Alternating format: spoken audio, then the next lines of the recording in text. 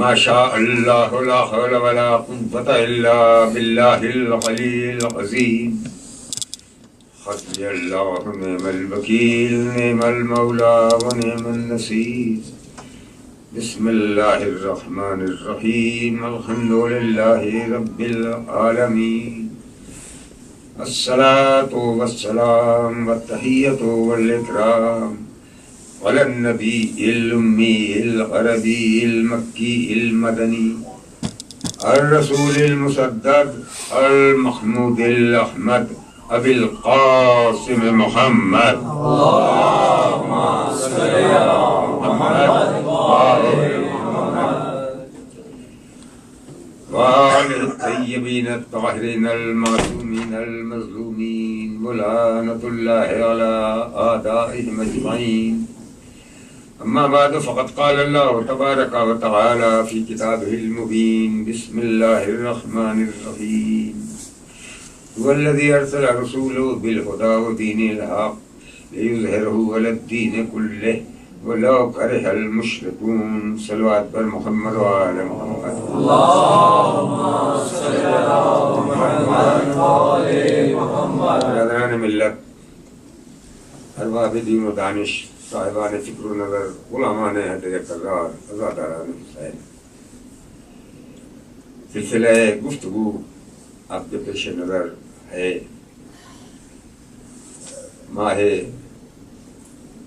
محرم کی چوتھی تاریخ ہے. فضائے عالم یا علی اور یا حسین کے نعروں سے گونج رہی ہے.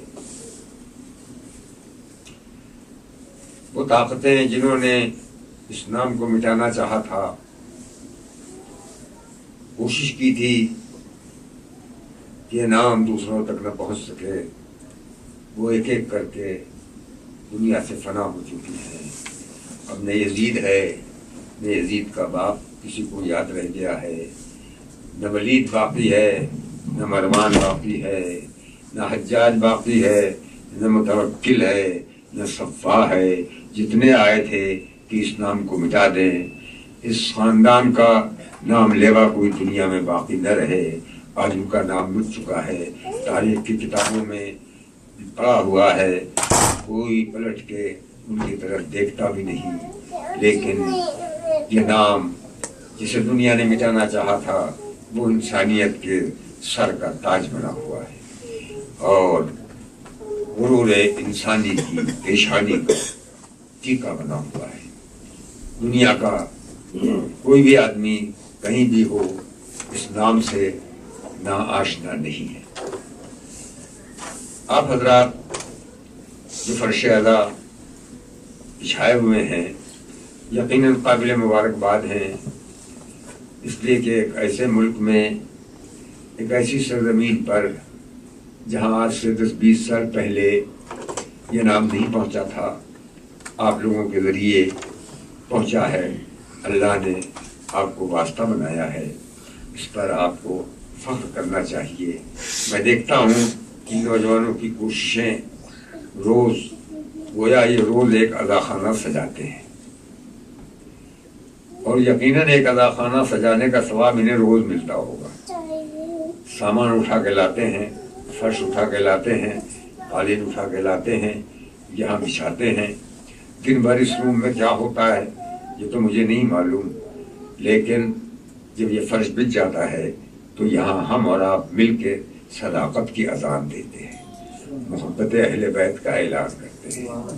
تو اللہ جو رحیم ہے، جو مجیب الدعوات ہے، جو حلال مشکلات ہے، وہ دیکھ رہا ہے آپ کی کوششوں کو. ایسا نہیں ہے کہ اس بارگاہ سے، اس کی بارگاہ میں ہاتھ پھیلانے والے خالی ہاتھ واپس لوٹ آئے.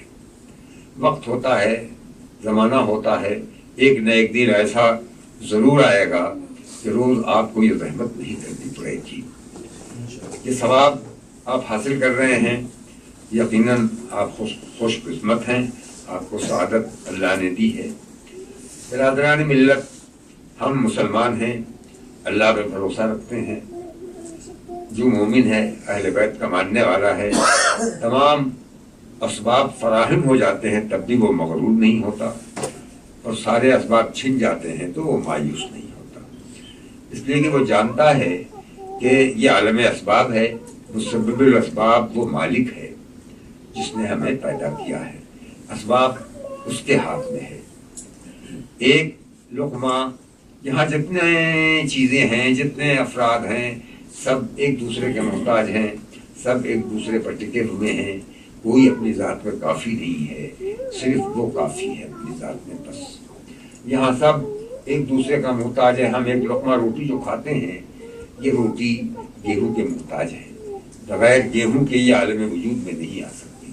ایک لقمہ روٹی گیہوں کے محتاج ہے، گیہوں زمین کا محتاج ہے، زمین پانی کی محتاج ہے، پانی بادلوں کا محتاج ہے، بادل ہواؤں کے محتاج ہیں، ہوائیں مانسونی گھٹاؤں کی محتاج ہے، مانسونی گھٹائیں سمندر کے محتاج ہے، سمندر جوار بھاٹا کا محتاج ہے، جوار بھاٹا چاند کی چاندنی کا محتاج ہے، چاند سورج کی روشنی کا محتاج ہے، سب ایک دوسرے کے محتاج ہیں۔ ایک لقمہ روٹی جو ہم تک پہنچتی ہے عزیزان گرامی، اس میں اس زمین اور آسمان کے اندر جتنی چیزیں ہیں سب اپنا اپنا ہاتھ بٹاتی ہیں، سب کام کرتی ہیں، تب جا کے یہ ہم تک پہنچتی ہے۔ اس میں زمین اگر نہ ہوتی تو گیہوں سے کہاں سے پیدا ہوتا، زمین کیسے پیدا کرتی اگر پانی نہ ملتا، پانی آتا کہاں سے اگر گھٹا نہ ہوتی، گھٹا آتی کیسے اگر ہوائیں نہ ہوتی، ہوائیں چلتی کیسے اگر سمندر میں جوار بھاٹا نہ اٹھتا، جوار بھاٹا اٹھتا کیسے اگر چاند کی چاندنی اس پر نہ پڑتی، چاند میں روشنی کہاں سے آتی اگر سورج نہ ہوتا۔ تو عزیزان گرامی، ایک لقمے روٹی کے پیچھے نہ جانے کتنے اسباب ہیں جو ہمارے قبضے میں نہیں ہیں، جو ہمارے ہاتھوں میں نہیں ہیں۔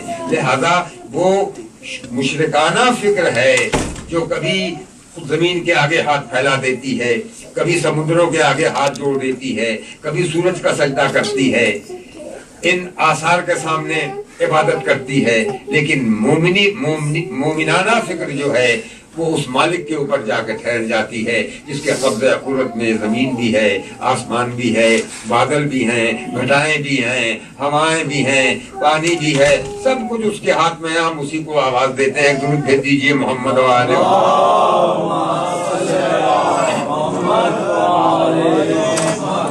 تو عزیزان گرامی، سب کچھ اس کے قبضے میں ہے۔ اب قربت کی منزل میں جو سب سے زیادہ اس کے قریب ہے، جو بھی اس کے منزل قربت میں پہنچ جائے گا، اس منزل قربت کا نام ہے منزل معراج۔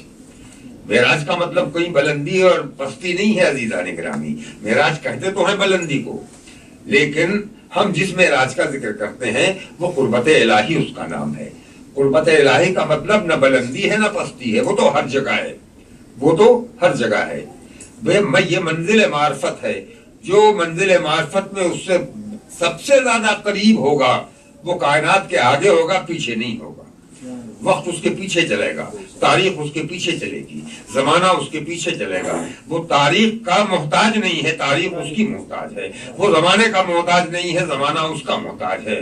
ماحول اسے نہیں بنا سکتا، وہ ماحول بدل سکتا ہے، اس لیے کہ وہ اللہ کے قریب ہے، اور جب اللہ کے قریب ہے تو ساری چیزیں اس کے پیچھے ہیں۔ جب ساری چیزیں پیچھے ہیں تو اگر وہ کہہ دے گا تو ڈوبا ہوا سورج پلٹ کے آئے گا، اگر وہ اشارہ کر دے گا تو چاند کے 2 ٹکڑے ہو جائیں گے، اگر وہ خواہش کر دے گا تو آسمان کا ستارہ در سیدہ پر آ جائے گا۔ درود بھیج دیجیے محمد۔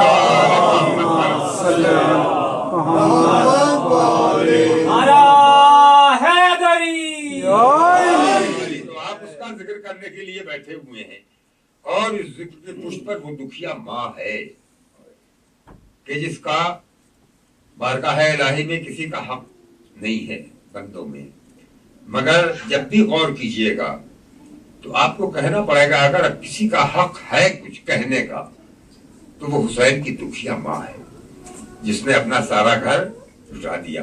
تو اسی کو واسطہ دیجئے، انشاءاللہ ایک دن آپ کا اپنا آزا خانہ ہوگا جہاں آپ کو روز فرش بچھانا نہیں پڑے گا، روز سمیٹنا نہیں پڑے گا، روز قالین سمیٹنی نہیں پڑے گی، بس پہلا قدم بڑھانے کی دیر ہے۔ بندہ ایک قدم بڑھتا ہے، اللہ 10 قدم کھینچ دیتا ہے۔ حضرت ابراہیم اللہ کے نبی، اللہ کے خلیل، ایک پتھر تھا حجر اسود، اسے سامنے رکھا، نماز شروع کر دی، کوئی نہیں تھا، جماعت نہیں قائم ہوتی تھی، ایک بیٹا وہ بھی کم سن حضرت اسماعیل نماز پڑھتے رہے. ایک دن اللہ نے کہا تم میرا گھر بنا دو. بنائے کیسے؟ سوچنا چاہیے بنائے کیسے. ہمارے آپ جیسے نفسیات کے مالک ہوتے, فکر کے مالک ہوتے تو کہتے مالک اکیلے تیرا گھر بنائے تو کیسے بنائے؟ نہ یہاں مزدور ہے, نہ یہاں آدمی ہے, نہ کوئی مدد کرنے والا ہے, نہ کوئی سپورٹ کرنے والا ہے. مگر اللہ کے نبی تھے, اللہ نے کہا میرا گھر بناؤ. گھر بنانے کے لیے تیار ہو گئے. اپنے بیٹے سے کہا بیٹا مجھے پتھر دو. حضرت اسماعیل پتھر کے ٹکڑے دے رہے ہیں, حضرت ابراہیم ایک پتھر پر دوسرا پتھر رکھتے جا رہے ہیں, یہاں تک کہ خانہ کعبہ بن کے تیار ہو گیا. خانہ کعبہ بن کے تیار تو ہو گیا, لیکن اب آباد کیسے ہو؟ حضرت ابراہیم تھے, اللہ کے خلیل تھے, وہ جانتے تھے اس نے بنانے کا حکم دیا ہے تو وہ آباد بھی کرے گا اسے. اسی کے سامنے ہاتھ پھیلا دیا, مالک میں نے تیرا گھر بنا دیا ہے, اب آباد کرنا تیرا کام ہے. اب آباد کرنا تیرا کام ہے. اسے سجدہ گزاروں سے, اسے طواف کرنے والوں سے, اسے حج کرنے والوں سے, صحیح کرنے والوں سے آباد کر دے. اللہ نے کیا کہا؟ سب قرآن کی آیتیں ہیں. اللہ نے کہا کھڑے ہو جاؤ پہاڑی پر, وہاں جا کے تمام انسانوں کو آواز دو, کہو یا ایھا الناس میں نے اللہ کا گھر بنا دیا ہے, آؤ طواف کرو, آؤ نماز پڑھو, آؤ حج کرو, آؤ اعتکاف کرو, آؤ ذکر الہی کرو. حضرت ابراہیم نے پلٹ کیے نہ کہا کہ پالنے والے میں اس پہاڑی پر کھڑے ہو کے اگر آواز دوں گا تو میری آواز جائے گی کہاں تک؟ میری آواز سنے گا کون؟ یہاں تو کہیں دور دور تک کوئی بستی نہیں ہے. لیکن اللہ کے خلیل تھے, وہ جانتے تھے آواز پہنچانا اس کا کام ہے, آواز دینا ہمارا کام ہے. آواز پہنچانا اس کا کام ہے, آواز دینا ہمارا کام ہے. اللہ جب چاہتا ہے تو بڑی بڑی حکومتوں کی آواز, بڑی بڑی سلطنتوں کی آواز, جس کے ساتھ پورا پورا میڈیا لگا ہوا ہوتا ہے, اللہ چاہتا ہے تو اسے زمین میں دفن کر دیتا ہے. اور اب اللہ چاہتا ہے تو وہ آواز جو مظلوم کے گلے سے نکلتی ہے, سوکھے ہوئے ہونٹوں سے نکلتی ہے, خشک زبان سے نکلتی ہے, ساری دنیا میں اللہ پھیلا دیتا ہے. آواز پھیلانے والا وہ ہے, لوگوں کو سماعت عطا کرنے والا وہ ہے. اس لیے وہ اسمع السامعین ہے. درود بھی دیجیے محمد والے. تو برادران ملت, عزیزان گرامی, میں اظہار عقیدت کرتا ہوں آپ کی خدمت میں کہ آپ روز ایک اذا خانہ بنانے کا ثواب حاصل کر رہے ہیں. ثواب یقیناً روز ایک اذا خانہ سجاتے ہیں, میں دیکھتا ہوں یہ سب لے کے جاتے ہیں, یہ لے کے آتے ہیں. اور اس ملک میں, اس دیار میں آپ اہل بیت کے تعارف کی ذمہ داری ادا کر رہے ہیں. اہل بیت کے تعارف کی جو ذمہ داری ادا کر رہے ہیں, تو اس سلسلے میں پرسوں یا کل کی مجلس میں وہاں تک پہنچ کے دوسری طرف مڑ گیا تھا. وہ بات رہ گئی کہ ہم میں اور دوسروں میں فرق کیا ہے. ہم میں اور دوسروں میں فرق کیا ہے. ہمارے ایک دوست ہیں اور بہت پڑھے لکھے آدمی ہیں, لیکچرر تھے, ہیڈ آف ڈپارٹمنٹ تھے لکھنؤ یونیورسٹی میں. ایک دن دعوت کی انہوں نے اور میں وہاں پہنچ گیا. میں اپنے نوجوانوں کے لیے واقعہ بیان کر رہا ہوں, مگر یہ کہ اس کے سلسلے کو غور سے سنیے, بہت مفید ہوگی یہ گفتگو, اس لیے میں کر رہا ہوں. تو جب ان کے یہاں پہنچے کھانے پر تو دیکھا بہت سے لوگ ہیں, کچھ داڑھی والے رکھائے ہوئے ہیں, مقدس قسم کے لوگ, تبلیغی جماعت والے, بستر بند تحریک والے جو بغل میں دبا کے گھومتے ہیں. تو اثناء گفتگو انہوں نے کہا ماں پیام شیعہ مذہب کا کوئی ریزن میری سمجھ میں نہیں آتا, شیعہ مذہب کا کوئی ریزن میری سمجھ میں نہیں آتا. تو میں نے کہا کہ ارے چھوڑیے, ہٹائیے, کیا کیجیے گا شیعہ مذہب کا ریزن سمجھ کے. تھوڑی دیر کے بعد پھر انہوں نے کہا کہ میں نے بہت سے علماء سے پوچھا, فلاں مولانا سے پوچھا, فلاں قبلہ سے پوچھا, شیعہ مذہب کا ریزن کوئی سمجھا نہیں سکا مجھے. میں نے کہا ارے چھوڑیے, کہاں ہے, کھانا وانا منگائیے کھائیں. مگر وہ داڑھی والے جو سامنے بیٹھے تھے اس میں ایک دو آدمی بولے کہ ہاں صاحب شیعہ مذہب کا ریزن کیا ہے. تو ہم نے سوچا کہ اب یہاں واجب ہو گیا ہے گفتگو کرنا. ہم نے کہا اچھا, تو اب تک آپ کی سمجھ میں شیعہ مذہب کا ریزن نہیں آیا؟ کہنے نہیں. میں نے کہا شیعہ مذہب سمجھتے ہیں کیا ہے؟ کہنے لگے کہ ہاں سمجھتے ہیں ہم. ہم نے کہا اگر سمجھتے تو ریزن نہ پوچھتے, اگر سمجھتے تو ریزن نہ پوچھتے. اب میں بتا رہا ہوں شیعہ مذہب ہم شیعہ لوگ وحدہ لا شریک کے قائل ہیں. ہم کہتے ہیں کائنات کا پیدا کرنے والا، کائنات کو سنبھالنے والا، کائنات کو پالنے والا ایک خدا ہے، وحدہ لا شریک ہے، اس کے علاوہ کوئی نہیں ہے. وہی حلال مشکلات ہے، وہی مجیب الدعوات ہے، وہی دعائیں قبول کرتا ہے. زمین اور آسمان کے اندر جو کچھ ہے، یسبح للہ ما فی السماوات و ما فی الارض، زمین اور آسمان کے درمیان جو کچھ ہے سب اس کی سجدہ گزار ہے، اس کی اطاعت گزار ہے. سب کچھ اس کے ہاتھ میں ہے اور اس کے علاوہ کوئی خدا نہیں ہے. اس کے علاوہ کسی کو آواز دینا ہم شرک سمجھتے ہیں. اس کے علاوہ کسی کو آواز دینا، کسی کو پکارنا ہمارا دین نہیں ہے. کہنے لگے یہ تو ہم بھی مانتے ہیں. ہم نے کہا ریزن چاہیے، کہنے لگے نہیں. ریزن چاہیے، کہنے لگے نہیں. دیکھیے یہاں آ کے وہاں گفتگو یہ نہیں ہوئی تھی، مگر آپ لوگوں کے ذہن میں تصور پیدا ہو گیا ہوگا کہ میں نے کہا کہ ہم اسی کو آواز دیتے ہیں. بے شک ہم اسی کو آواز دیتے ہیں. ہو سکتا ہے کسی نوجوان کے ذہن میں ہو کہ ہم لوگ یا علی مدد کیوں کہتے ہیں، ہم لوگ یا علی مدد کیوں کہتے ہیں. اس کا جواب سن لیجئے. اس لیے کہ اکثر لوگ کہتے ہیں اور کہہ سکتے ہیں، اور ہر ملک میں ایسے لوگ ہیں جو ہمارے نوجوانوں سے کہتے ہیں کہ صاحب آپ الحمد پڑھتے ہیں، ایاک نعبد و ایاک نستعین، ہم تیرے علاوہ کسی کی عبادت نہیں کرتے اور تیرے علاوہ کسی سے مدد نہیں مانگتے. جب یہ کہتے ہیں تو پھر یا علی مدد کیوں کہتے ہیں، یا علی مدد کیوں کہتے ہیں. اب اس کا قطعے میں 4 مصروں میں سن لیجئے اس کا جواب کہ گناہ گار ہیں ہم، حوصلہ دعا کا نہیں. گناہ گار ہیں ہم، حوصلہ دعا کا نہیں. سلیقہ بارگاہ حق میں التجا کا نہیں. گناہ گار ہیں ہم، حوصلہ دعا کا نہیں. سلیقہ بارگاہ حق میں التجا کا نہیں. پکارتے ہیں علی کو جو اپنی مشکل میں، شریک اپنا بناتے ہیں ہم، خدا کا نہیں.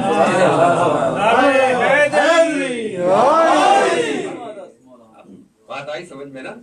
ہم تو یہ نہیں کہتے مالک یہ دنیا تجھ سے نہیں سنبھل رہی ہے اکیلے، یا علی یہ دنیا اللہ سے نہیں، معاذ اللہ نہیں سنبھل رہی ہے، آپ اس سے جا کے مدد کر دیجئے. ہم یہ تو نہیں کہتے. اس کی ذات میں اگر کسی کو شریک کرے تو شرک ہے. اس کی عبادت میں کسی کو شریک کیا جائے تو شرک ہے. اس کی صفات میں کسی کو شریک کیا جائے شرک ہے. اپنی مصیبت میں اگر کسی کو پکارا جائے تو یہ شرک نہیں ہے. آپ کہیں گے قرآن تو کہتا ہے سورہ حمد میں تو ہے ہم تیرے علاوہ کسی کو نہیں پکارتے مدد کے لیے. عزیزان گرامی اگر اسی طرح سے قرآن سمجھنا ہوگا تو قرآن نے ایک بات اور کہی ہے، الحمدللہ رب العالمین. ساری تعریف صرف اللہ کے لیے، ساری تعریف صرف اللہ کے لیے. آپ کسی کی تعریف نہ کیجیے ورنہ شرک ہو جائے گا، ورنہ شرک ہو جائے. کوئی اچھا مکان بنا دے آپ کبھی نہ کہیے واہ واہ سبحان اللہ بہت اچھا مکان بنایا. کوئی اچھا شعر سنا دے آپ کبھی تعریف نہ کیجیے واہ واہ بہت اچھا شعر ہے، ورنہ شرک ہو جائے گا، ورنہ شرک ہو جائے گا. آپ کے بچے نے سبق یاد کر لیا ہے آپ کبھی تعریف نہ کیجیے ورنہ شرک ہو جائے گا. تو عزیزان گرامی شرک اتنا آسان تو نہیں ہے کہ ذرا سا چھینک آئی نہیں کوئی شرک ہو گیا. اس کا مطلب یہ ہے کہ ایک مومن ایک گلاب کا پھول دیکھتا ہے، ایک آدمی نے کھلایا ہے، باغبان نے، مالی نے اسے لگایا کھلایا، وہ ضرور اس کی تعریف کرے گا. اس لیے تعریف کرے گا کہ اللہ نے کہا ہے جو نیک کام کرے اس کی تحسین کرو، اور جو برا کام کرے کیا کرو، اس سے برات کرو. دیکھیے لفظ نہیں استعمال کر رہا ہوں، اس سے برات کرو، اس سے اظہار برات کرو. جو اچھا کام کرے اس کی تحسین کرو. تو تحسین کا حکم تو اسی نے دیا ہے. ہم نے کہا واہ واہ بھائی بڑی محنت کی، بڑا خوبصورت پھول ہے، مگر ہم جانتے ہیں اصل تعریف اس کی ہے. پھول کھلانے والا یہ نہیں ہے بلکہ وہ ہے. دودھ بھیج دیجئے محمد و آل محمد. تو ہم علی کو پکارتے ہیں، مدد میں علی کو پکارتے ہیں. اس لیے پکارتے ہیں کہ ہماری دعاؤں کو سہارا مل جائے، ہماری دعاؤں کو سہارا مل جائے. افضل نے کہا تھا سیکھے ہیں محرقوں کے لیے ہم مصوری تقریب کچھ تو بہر ملاقات چاہیے. یعنی جب کوئی کسی سے ملاقات کرتا ہے تو اس کو کچھ بہانا چاہیے. بہانے کا مطلب یہ ہے کہ تمہید، کسی سے ملاقات ہوئی، خیریت ہے سب، آپ کے بچے کیسے ہیں، آپ کے بھائی کیسے ہیں، طبیعت کیسی ہے. ایسا تو نہیں ہے کہ جیسے کسی سے ملاقات ہوئی ہم نے کہا ذرا $10 دیجیے گا تو پلٹ کے کہے گا کیا تم نے مجھے دیا تھا. تو ہر گفتگو کا ایک سلیقہ ہوتا ہے. تو تو گفتگو کا سلیقہ یہ ہے کہ جس سے گفتگو شروع کی جائے اس کی محبوب چیزوں کا نام لیا جائے، اس کی محبوب چیزوں کا نام لیا جائے. ہم جانتے ہیں کہ اس کے محبوب بندے کون ہیں، لیتے ہیں اس کا نام جو اس کو پسند ہے. تقریب کچھ تو بہرے ملاقات چاہیے. تو دے دیجیے محمد و آل محمد. بھائی آ جائیے بیچ میں سوال اور جگہوں پر اور جگہوں پر میں نے تقریریں کی ہیں تو لوگ نوجوان اکثر سوال کرتے ہیں تو جواب دیتا ہوں تو اچھا ہوتا ہے. یہاں ایسا کوئی سوال نہیں اس لیے بیچ میں آ گیا. انہوں نے کہا کہ یہ تو ہم بھی مانتے ہیں. ہم نے کہا ہم توحید کے قائل ہیں. کہنے لگے ہم بھی مانتے ہیں. میں نے توحید کی تعریف ان کے سامنے کر دی. کہنے لگے یہ تو ہم بھی مانتے ہیں. ہم نے کہا اور ہم اس کے قائل ہیں کہ اللہ نے انسانوں کی ہدایت کے لیے 1,24,000 انبیاء کو مبعوث کیا ہے. آخری نبی ہمارے نبی حضور محمد مصطفیٰ صلی اللہ علیہ وآلہ وسلم ہے. اب اس کے بعد قیامت تک کوئی نبی آنے والا نہیں ہے. ریزن چاہیے کہ نہیں یہ تو ہم بھی مانتے ہیں. ہم نے کہا ریزن چاہیے کہ نہیں یہ تو ہم بھی مانتے ہیں.